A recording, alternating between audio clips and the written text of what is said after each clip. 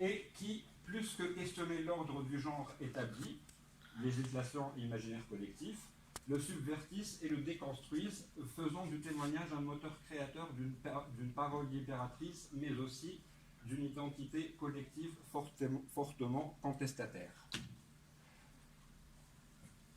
On va appliquer la notion de corps exposé sur la violence de genre avec le témoignage au Maghreb. Donc, comment on peut comprendre la notion de corps exposé dans ce sens? C'est qu'il y a déjà le vécu qui est la violence de genre, dans le sens où le corps de femme qui est considéré comme exposé ou à prendre, s'il ne s'aligne pas aux règles du genre.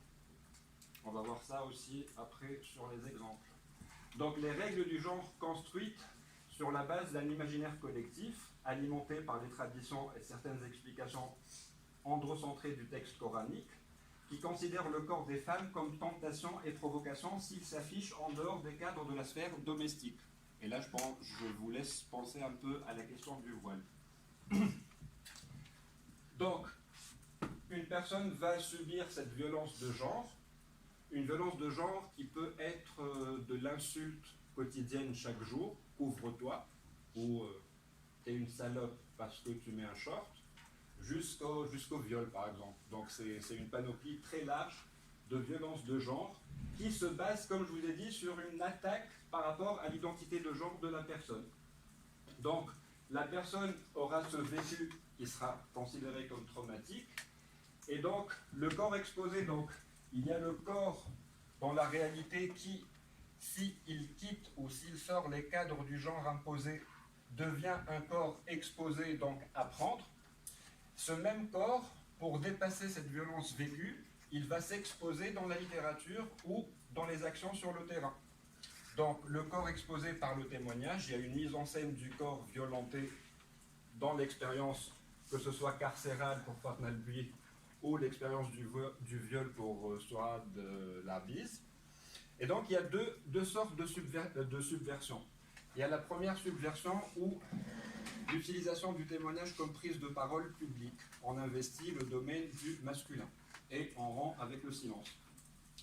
Parler publiquement, surtout, on va le voir après, de tout ce qui est politique, est strictement réservé aux hommes. Une femme qui vient parler du politique, c'est déjà une subversion. Que dire si une femme vient témoigner d'une expérience pendant laquelle elle a été incarcérée parce qu'elle est opposante au roi, au Maroc? On va revenir aussi sur ce détail. Et la deuxième subversion, donc, c'est déconstruire l'ordre du genre par la critique des mécanismes qui le régissent pour renverser la verticalité du rapport homme-femme. Nous prenons le corps, vous mettez derrière. C'est exactement ce qui s'est passé il n'y a même pas un mois. Donc, la toute première partie, je vais vous parler rapidement des théories entre parenthèses pour le S et l'histoire du témoignage, spécialement en littérature. Donc, qu'est-ce qu'un témoignage? Catherine Cocchio, qui est la spécialiste du témoignage en littérature, le définit, c'est la définition la plus simple d'un témoignage écrit, comme un récit signé, assumé, adressé, a priori authentifié dans son discours par la présence du narrateur à l'événement raconté. Donc, bien qu'on lui attribue des motivations spontanées, dépasser le traumatisme vécu, parler pour se libérer, le témoignage s'inscrit dans une dynamique d'invention et d'appropriation entre différents acteurs au sein de différentes cultures du témoignage. Par rapport à la mondialisation, donc il y a comme un phénomène d'identification, c'est-à-dire il y a le MeToo en France, on l'approprie en Tunisie. Et on l'appellera autrement, mais c'est la même culture du témoignage. Donc, qu'est-ce qu'un témoignage aujourd'hui? C'est tout objet culturel qui, portant soit sur un événement historique vécu par une collectivité, et donc ça sera l'exemple de Fatma El-Bouy, une femme nommée Rachid, ou sur un événement personnel vécu dans l'intimité, comme l'exemple de Souad Larbiz, et qui met en avant le vécu et le corps pendant et après l'événement. et qui, surtout aujourd'hui, peut circuler dans plusieurs médias, conférences, télé, radio, journaux, réseaux sociaux, art et cours, comme aujourd'hui.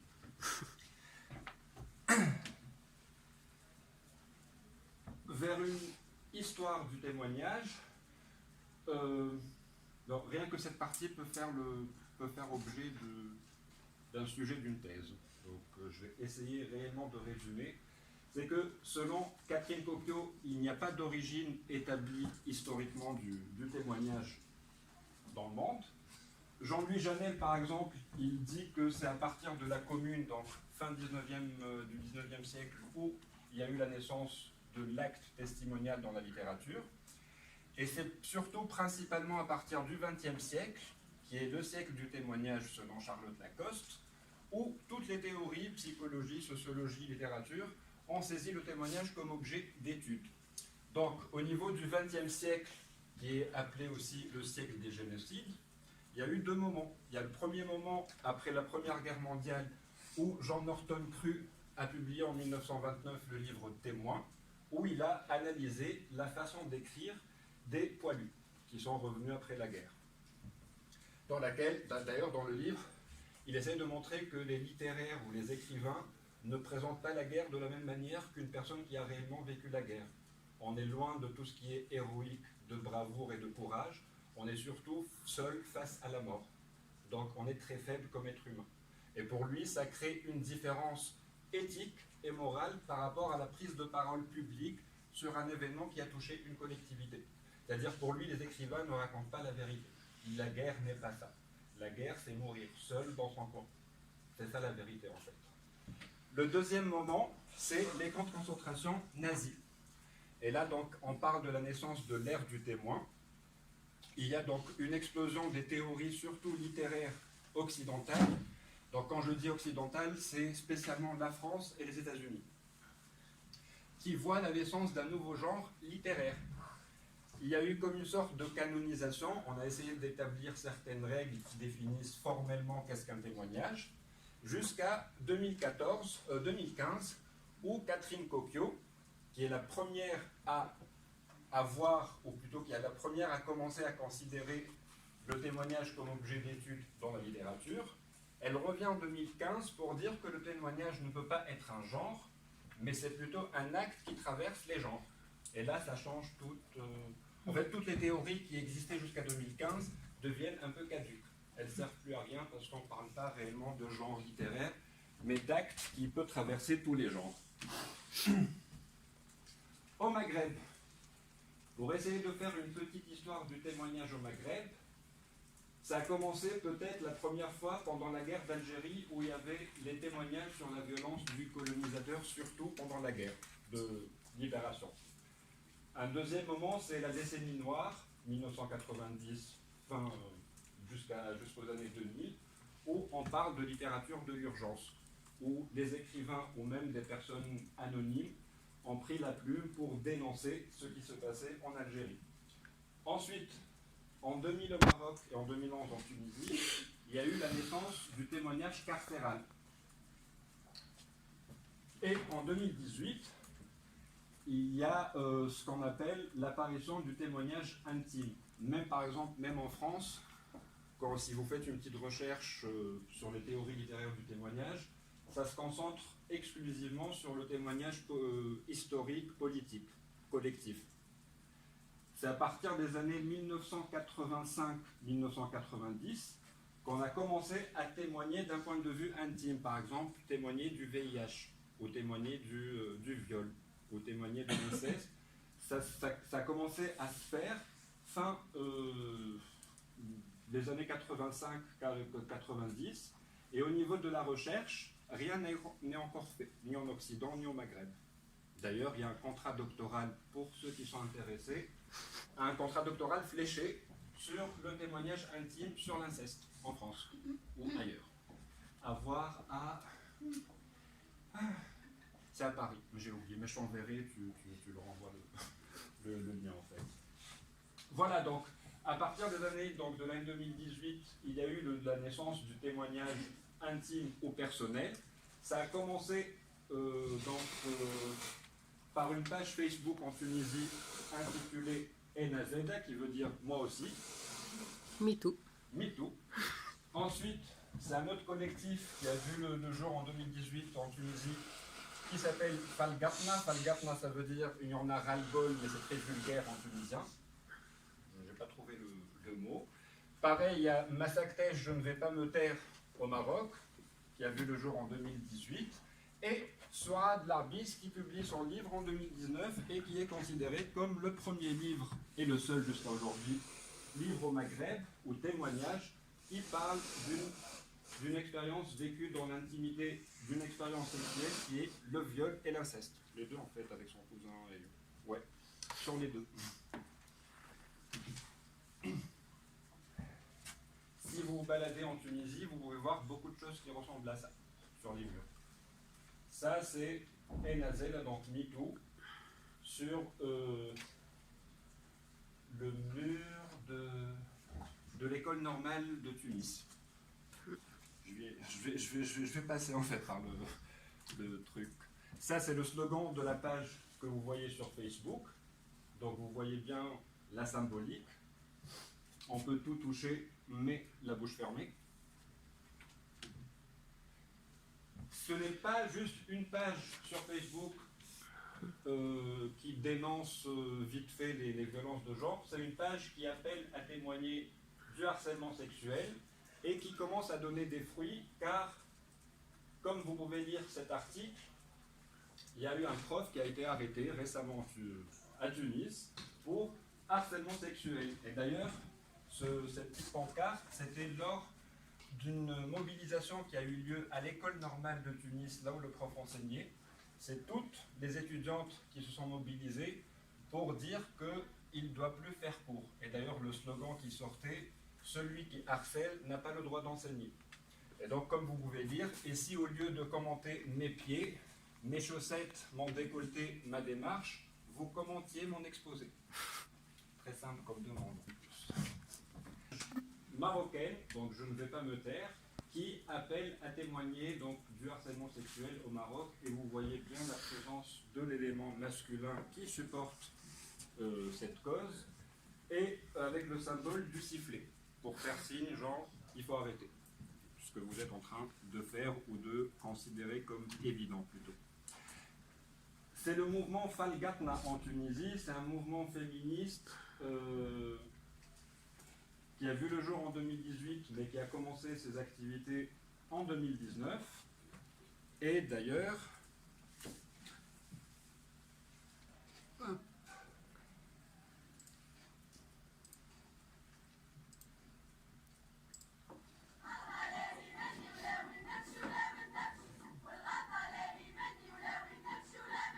c'est pas ma faute, c'est pas la faute, c'est pas mes habits, ou ce n'est pas où est-ce que je vais.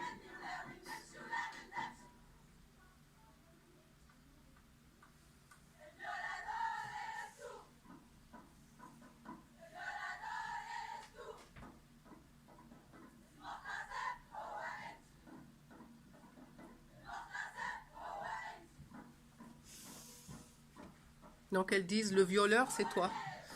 Le violeur, c'est le président, le policier, le juge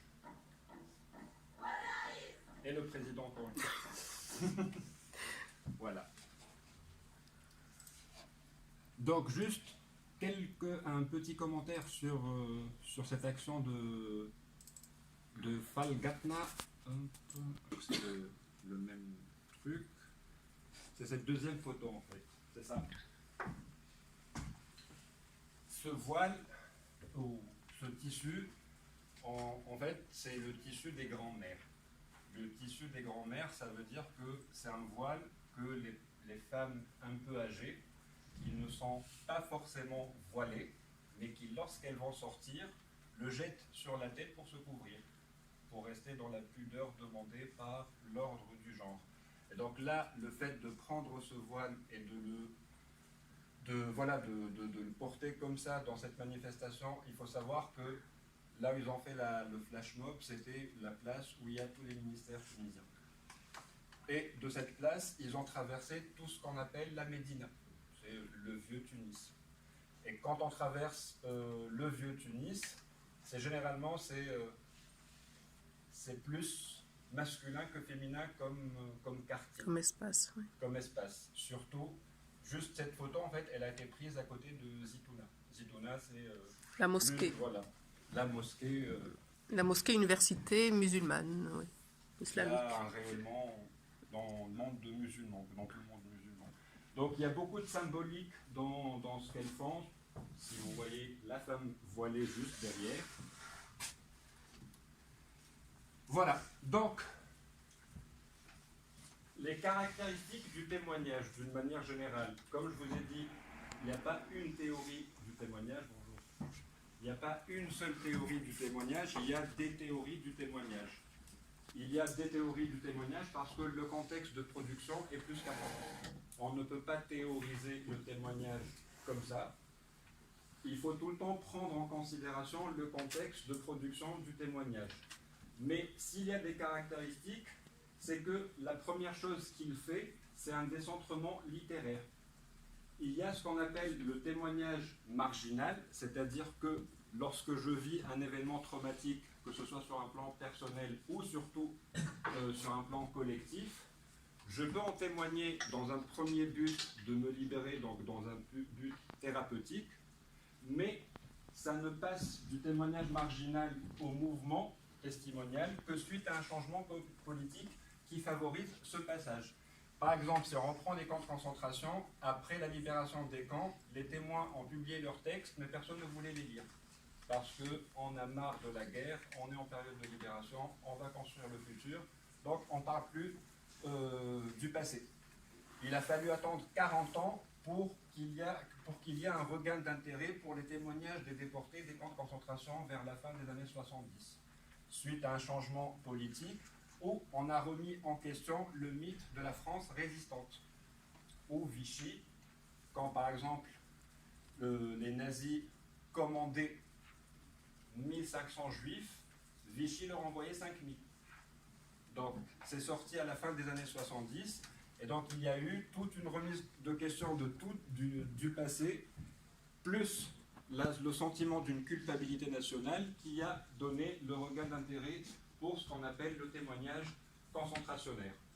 Donc, contrairement au consensus, le témoignage crée un dissensus. C'est un terme qui a été forgé par Jean-Louis Janel, donc pour dire synonyme de consensus, car en déconstruisant la mémoire officielle et ou les croyances et les traditions qui sont prises comme vérité.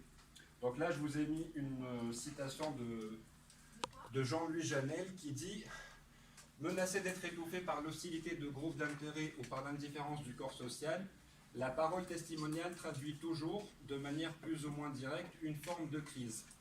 Elle atteste de faits historiques inouïs parce qu'ils contredisent les représentations officielles que l'on se fait du passé ou scandaleux pour l'esprit. Sur la seule foi de son intégrité personnelle, un individu s'engage aux yeux de ses semblables à contester la vision autorisée ou plus simplement commune que l'on se fait de tels faits ou de telles situations. » Donc, quand on témoigne, il se passe forcément quelque chose de l'ordre du dissensus.